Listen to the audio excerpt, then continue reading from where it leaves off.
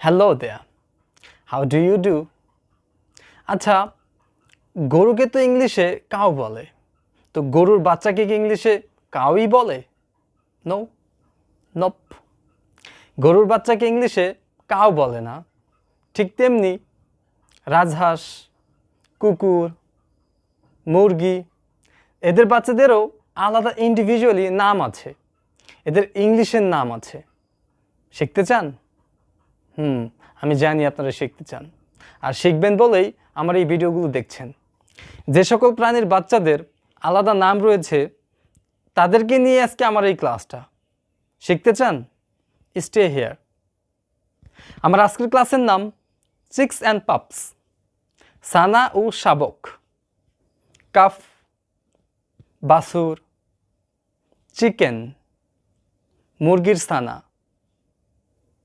কট, ঘোড়ার বাচ্চা, চিক, পক্ষী ছানা, কাব, সিংহ বা বাঘের বাচ্চা, ডার্কলিং, পাতিহাঁসের বাচ্চা, গ্রসলিং, রাজহাঁসের ছানা, ফোন, হরিণ শিশু,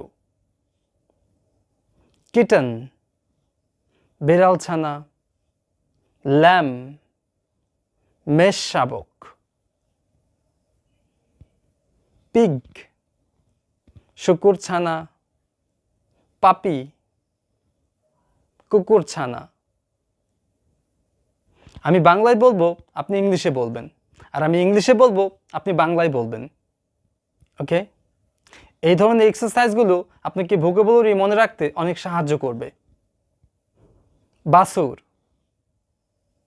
রাজহাঁসের ছানা, কুকুর ছানা, ঘোড়ার বাচ্চা। English: calf,